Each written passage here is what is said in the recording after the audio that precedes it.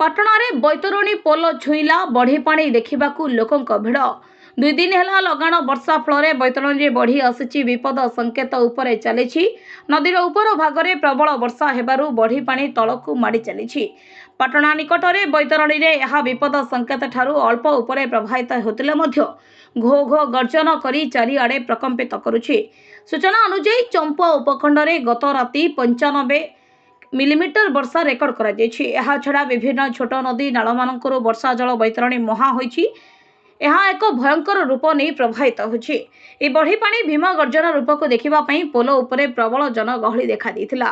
लोके पोल उपरे ठिया होई विपदपूर्ण अवस्था रे नदी बढ़ी पानी रो सेल्फी नेबा देखा देथिला।